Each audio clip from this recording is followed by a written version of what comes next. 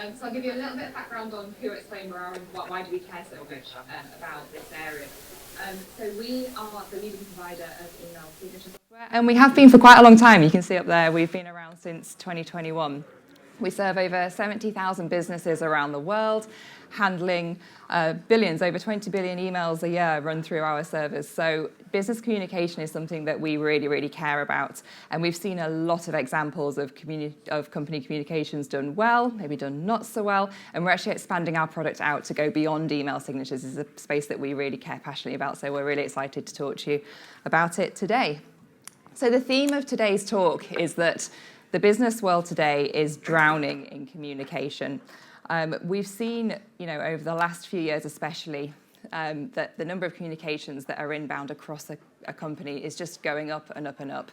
There's been this question, we often get it actually at Exclaimer, like, do we think email's going away? And rather than going away, the numbers just keep going up every single year. It's increasing an incredible amount for a channel that's been dominant for so much of business communications. And not just that, your employees today are handling communications across so many different channels. It's not just emails anymore. You've got virtual meetings. I'm sure you've all had it, right? Your calendars are packed out with video calls. At the same time, you've got Slack or Teams messages coming through as well. There's all the social media side of things. And there's also CRMs as well. So there's a lot of channels now handling communications. And this is actually putting quite a lot of strain onto businesses, and not just internally, but externally as well. We live in a world of noise at the moment. There's a lot of research. There's one particular study that looked at 25 years of business communication data, and they found that the incoming volume of messages and that constant connectivity is really having an impact on the overload and reduced well-being of employees as well. And there's other studies that the amount of inbound communications you have are a direct it's not really surprising. They have a direct correlation on the time pressure, your interruptions, and the ability to flow through work. So managing communication is something that we think is really important. And the big problem we see is that the amount of volume is going up, especially I think if we think it'd be silly of me to stand here and not mention AI at the moment, but the amount of AI-generated content out there as well. The volume of inbound is going up, but the clarity is actually coming down. And that provides a real sort of opportunity for IT leaders to step in here. Because what we see is that companies that communicate well win. In a world of noise, companies that can get their message across, whether that's internally to employees, really get clarity in the organization about what's going on, or externally to their customers, these are the companies that are breaking through at the moment. They can build trust, they can move faster. And what we're not really talking about the cosmetics. Branding is important. We think cosmetics is important, but we're not just talking about that. We're talking about strategic communications that really help deliver a message here. I want to share a bit of a story from a previous life. So this is actually quite a previous life now. This is quite a few years ago. But I was lucky enough to be the lead back-end engineer at Depop. I don't know if any of you heard of Depop. You've got teenage kids, probably. It was at a time when it was quite early stages in the company, but we were scaling at a really exciting rate. There were thousands of new people coming to the platform every single week. And it was a really passionate, really energized community as well. And we had a very obsessive founder. And the thing that he was obsessive about more than anything else about the app was, what did users see when they first opened the app? What was on that first screen? And the reason he was obsessive about that is because he really cared about how it looked, how it feels, how it's presented, because that was Depop. When you opened the app, that was the first time the app was saying, this is who we are. And there were only 2 people in the company who were allowed to choose the items. It was just a feed, just a bit like Instagram, just images. But there were 2 people in the company who had jobs, but their other job was to choose. Every day they'd scroll through and they'd be like, oh, we're going to put that one on, we're going to put that one on. And that's how that front feed was made. And as engineers, we sat there and we're like, well, this is ridiculous. We can write an algorithm that does this. We can write some technology. We can automate this. And he always said no. And then one day he actually said, okay, maybe for a small percentage of users. And so we did. So we rolled out our best personalization algorithms. We got our best data. We were super excited. And it underperformed horrendously. It was terrible. It didn't get anything like the level of engagement. We rolled out fixes. We were iterating. We could not even get it to play in the same ballpark as the human curated version. And the point was that it was technically perfect. Well, as perfect as it's, I think it was technically perfect. You know, I'll back my engineering abilities, but it wasn't communicating. We weren't saying this is Depop. We were saying, here's a technical version of Depop. And that difference, that curation, makes such an enormous difference to communications. When you design your communications, what you're really doing is saying, this is who we are. And that's where, that for me was like a huge lesson quite early on in my career, is to, you can't automate everything. There has to be a level of design and curation that goes through things. So that is why we are very passionate. Well, I'm very passionate, and we've seen it in Exclaimer when we look at how companies communicate. We really like this idea of designed communication because we think it is a real strategic enabler for businesses. And if we think about where IT sit in this, IT for decades, they've owned the reliability, the security, and the tooling that goes with communications. But now that we've got this explosion, we've got the channels, we've got different formats, we've got AI-generated content, IT are actually now the architects of company communications, whether we want to be or not. You know, by owning the processes, by owning the security, the governance, the tooling, we are architecting how a business communicates, both internally and externally. And what we want to do in this talk is basically give you a framework to assess where organizations are in terms of how they're communicating, but also give you the pillars to be able to actually focus on and design. So we're going to go through both these frameworks, and hopefully they'll be, you know, useful and hopefully give you an idea of where an organization might be at and what organizations can do to elevate their communications as well. So what we're really saying is that the problem is fragmented communication. So most organizations don't really have an explicit strategy around this. It's more, you know, sort of communications by accident. There's messages flying around everywhere between emails, between chat, mobile, dashboards, PDFs, documents, you name it. And a lot of teams actually create their own. We see this in a lot of organizations. So the marketing department will have a set of templates in a way that they speak. Technology, I think, is very guilty of this. They'll have their own systems. They'll have their own way of representing information. There's very few companies that actually pull this together, but we think there's real value in doing so. And the consequence of this fragmented communication is quite predictable. If you've got inconsistent communication, either internally or externally, that does lead to inconsistent understanding of the information, and that in turn leads to inconsistent execution as well within an organization.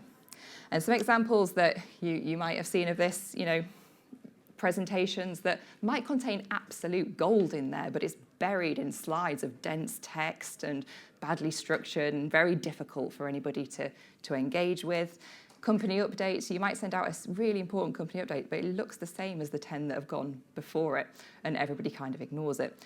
Dashboards, companies drowning in dashboards, and everyone's going, but which is the one that's actually reliable again? Which one can I actually use? Can we trust this graph? And, you know, we're always going to talk about email signatures from Exclaimer, but, you know, we see a lot of companies with either missing or inconsistent email signatures, which doesn't really do a good job of presenting who you are as a company. So most teams and customers fall sort of foul of this, and we really want to look at the root cause. And nobody really owns this problem in an organization. You've got the marketing team owning the brand, you've got HR owning the internal communications, legal teams looking at disclaimers, security owning the governance, IT owning the tooling and the process that go around this, but nobody's really looking at that end-to-end experience, because pulling these things together is what design and communication is all about. So, where is your organization today? This is where we're going to look at the first framework, which we've called the Exclaimer Communication Maturity Model, which is a fancy way of saying how do you go from sort of no design of your communication through to communication being a strategic enabler. And if you give me 1 second. So if we're looking at fragmented communication, most fast-moving, this would be a sort of scaling organization that hasn't really had time yet to think about the communications across the org. So there's no real sort of centralized templates for anything. Every team's kind of do it. They're making it up as they go along. It's like, oh, we need to do a presentation now. We'll do some slide templates. Email signatures in this world will vary wildly, if they exist at all. And communication can look quite chaotic across these sorts of orgs. And you might hear things in the organisation like, we already sent that, why is nobody acting on it? Because the communication isn't really sort of managed or taken note of in the organisation. Organisations that are a bit more mature than this, we call them sort of standardised communication. So there's some structure in there. Templates have been defined. There's some brand guidelines in there, but everything's optional. There isn't the tooling or the governance in place to make sure that this is actually applied across the organisation. So this is where you might see organisations asking, but which template do I use? Is this the latest version of the brand or the logo? Do we trust this dashboard? Those sorts of questions. So it does exist, but it's not necessarily rolled out. The next level is what we call the sort of governed maturity. And this is where companies have got on top of that communication governance. So it's very intentional. So they've got the tooling to make sure that email signatures are controlled, templates are enforced for documents, and the policies are enforced across the organisation. They're not just written down as well. And this is where IT have become, we like to call it a strategic gatekeeper.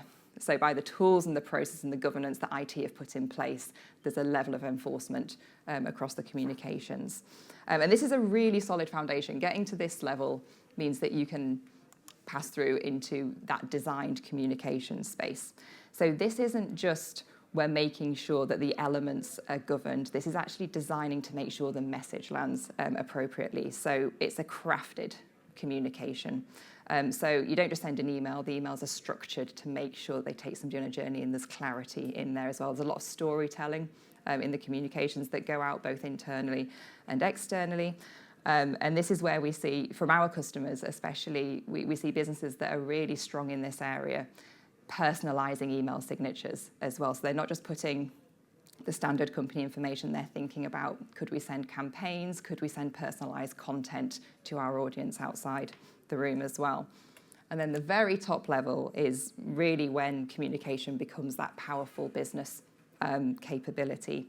And it becomes a competitive advantage for the business as well. This is where businesses can use their communication to actually stand out from the noise, whether that's competitive noise or whether that's noise just from the fact that you've got hundreds of people in an organisation all communicating all the time and really getting those messages across as well. And feedback loops are really important at this stage as well. Companies are assessing how well their communication is landing, how well are they getting their message across.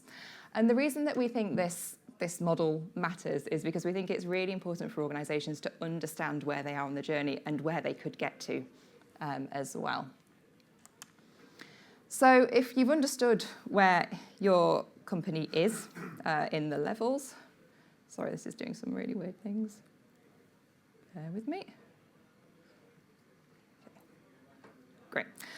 What we want to do is give you a way to elevate through those levels. And these are the 4 things that we think are the most important. And you can apply these to any communication channel as well. So this goes from email signatures through to dashboards, through from documents to AI-generated content. These are the things we think really, really matters. So we'll go through them one by one. The first one is consistency. And this is making every message look, feel, and sound like it comes from one organisation, which really is the foundation of trust. And if we're communicating, what we're really trying to do is create trust from the organisation. And if everything you send looks, feels different, if the tone's different coming out of an organisation, what you're really communicating is we're not aligned. And on the flip side, if the style, the structure, the tone, and the visual identity is consistent, you're communicating that we're organised, we're clear, we're trustworthy, we know what we're about as an organisation. So what we've seen, both for ourselves actually and for our customers, is that when you get that consistency right across comms, decision-making improves, speed to decision-making improves. It really creates that base layer of trust in what you're saying. And it's not really about, well, it is about aesthetics, but it's not just about aesthetics, because this is about signalling reliability in what you're saying. Next, we've got clarity. And that really is what it says on the tin. Does everything make sense that we're saying? Making sure it's easy to read, it's structured clearly, data is intuitive, does it guide attention as well? We're turning noise into meaning if we can really create clarity in what we're saying. And you can see here we've got some, I'm not going to go through everything on the slides because it's quite a short talk today at 30 minutes. But if anybody wants any of these afterwards, you can come and find us, and we're happy to walk through it. So if we've got clarity, it means that people are understanding what is being said the first time. You're reducing that barrier to entry and also reducing the time. Again, you're making things more efficient. Next is compliance. I think one that we're probably quite familiar with in the room, I would hope. And this is basically making sure that every communication that goes out within a company context, it's legally protected, it's ethically protected, it's reputationally protected. An interesting example we see actually around the reputational protection, we get a lot of companies coming to us wanting to standardize their email signatures, especially in today's climate, because people are putting either political or religious messaging into their email signatures as well, and that can damage a company's reputation. So compliance, not necessarily just on the security and legal side, but reputationally, especially because your employees are speaking on behalf of the company every time they send an email, every time they send a message to an external company, every time they speak at an event like this, you're representing the company, and you want to make sure that the content is protected for the reputation of that company as well. And then the final piece we look at is confidence. So we want to build trust through that polished professional communication that people can rely on. Confidence, if you like, is actually the output of the three that come before it. And it's the emotional output. When communication is really great, you feel confident. You feel confident in the person speaking to you or emailing you or messaging you. You feel that you can trust what they're saying. And it's the difference between employees reading something and believing it, or customers seeing something and acting on it. That confidence can basically turn, just basic consumption into action of communication as well. So those are the four things that we focus on when we're sort of helping companies understand how to elevate and how to move through those maturity levels that we talked about earlier. And they work together as a system. So consistency creates that reliability we were talking about. The clarity creates the understanding of the information. Compliance is really about safety of what's going on, which is really important for companies to consider. And then finally, that confidence. If the first three are in place, you can get that confidence to create the trust in what your organization is saying as well. Smile for the camera.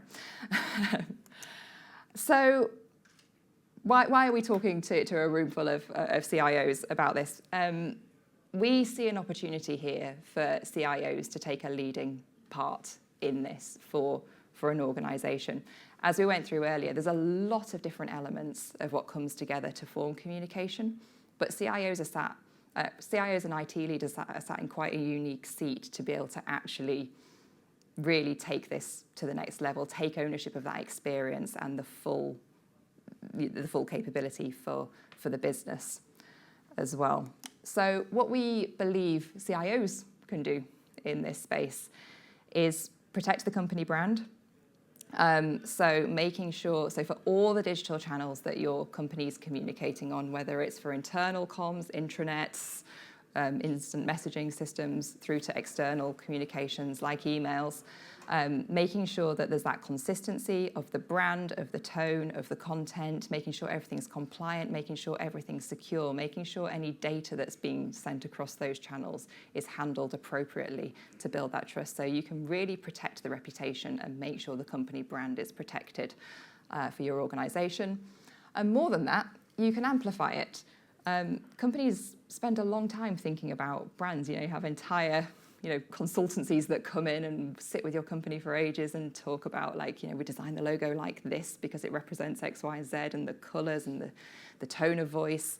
And if you're using your communications to actually push that brand out, what you're doing is taking that work and amplifying it. Because if every communication reinforces the brand, that means that the brand is getting more and more amplified every time it goes out. We think we can simplify the execution through this as well. What we don't really want to see in business communications, well, in any area of business, is slowing anything down. But getting the tools right in this, making sure that, when an employee opens an email, their signature is just there. It's on brand, it's got exactly the right content in it, it's automated. And there are so many tools across the different communication channels that can simplify this as well. So you're not putting the burden onto employees to say, this is what you have to do every time you send a communication. We're leveraging tooling and leveraging automation to simplify that for the organization. And then the result of that is scaling trust. So if we've got all this in place, your internal employees, your customers, regulators will trust in what is being said, and that will build a brand that cuts through the noise that we've been talking about as well in the space. So what we're really saying is IT already own the tools. There's an opportunity here to own the experience and think about how they all come together and elevate that in the way that your company communicates. So just a brief recap. What we really think is that you can bring consistency where there's fragmentation at the moment, bring clarity where there's overload, where your employees are suffering from this constant inbound communication, looking at compliance where you might have risk in an organisation at the moment, and confidence where there's uncertainty in what is being said. And we've seen organisations, and we as an organisation ourselves have moved up this just one step at a time, but with every step you sort of see communication becoming more of an enabler in the business. So what we're saying is design your communication, because as we said at the top, we are drowning in communication now as a professional world. This isn't the world anymore where you get a few emails and respond to them in a day. We're constantly connected. I'm sure you've all got phones in your pocket at the moment. Really, your teams will be messaging you, other companies might be messaging you. We're constantly on. So by designing your communication, you're really elevating your organisation to cut through that noise and helping everybody around you by making it more efficient as well.